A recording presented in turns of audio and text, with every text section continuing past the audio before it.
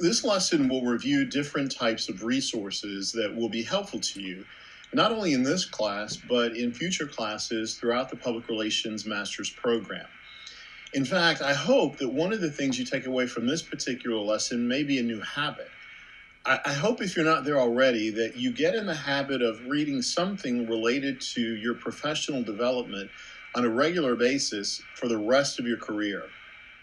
Think of this assignment as the first step in developing your own personal professional library of resources that you can turn to in order to learn new ideas or brush up on old established principles. So the first place for any college student to look for research is obviously going to be the college library. Once you're logged into the college library, make sure that you take a look at some key research databases that can help you. The first database to take a look at is the EBSCO host database, which includes a wide variety of academic journals, including business communication and public relations related journals. Academic journals are good sources to study and examine key theories of public relations. These journals also give you a good idea of how academic research is conducted, which you will be doing during your market and consumer analysis course later in the program. Another database that may be helpful is the LexisNexis academic database. This database gives you access to business and news publications, so the publications here are more practical rather than theoretical. And you can expect some publications such as Ad Age or Forbes and Fortune, among others. The next source I want you to be aware of is Safari Online, which is available to you as a Full Sail student. Think of Safari as a library full of textbooks. Now, I know the idea of being surrounded by thousands of textbooks may not be your idea of fun on a Saturday night, but when you are trying to learn about a particular subject, this can be a great place.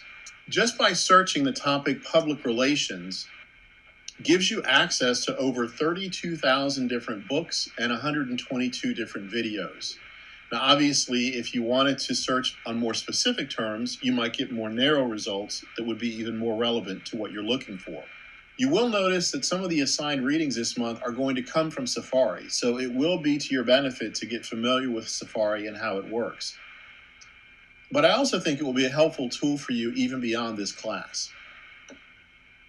There are a lot of professional public relations organizations and public relations firms that have their own website, and many feature blogs with up-to-date information and a look into some of the most current trends in public relations.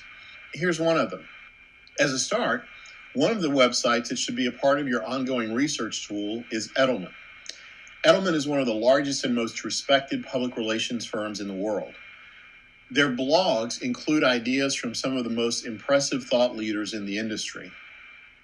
Cision is a strategic communications firm that offers several tools online to PR professionals. Their blog also offers great ideas and innovative solutions.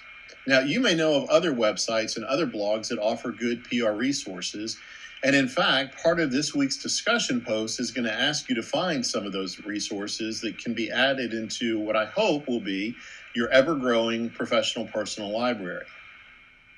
Now, online resources such as websites and blogs can be a bit tricky. You have to make sure that you're dealing with a reputable site and a reputable organization. Here are some things to consider when you're using online resources in your research. Now, it may not be easy to determine right away whether a PR firm is well established, but over time you will become familiar with those PR firms that always seem to be publishing those leading edge ideas and that leading edge content. Many posts on a blog may feature a brief biography or a description of the contributor, and you should take a look at that to get an idea as to how credible the contributor actually is. Of course, you can always go one step further and try to find these contributors on LinkedIn or Facebook, or even just to do an online search of their name. Make sure also that you're not relying on posts or blogs that haven't posted anything new in months, or even a few weeks for that matter. Make sure instead that the blog or the website is consistently posting on a regular and frequent basis. One other word of caution: Many of the firms that have these kinds of blogs will oftentimes use their blog posts as a way to promote their own services. That's okay. Sometimes you can get enough good information from the blog post itself, so don't automatically assume that the information is credible just because it comes with a pitch for additional business.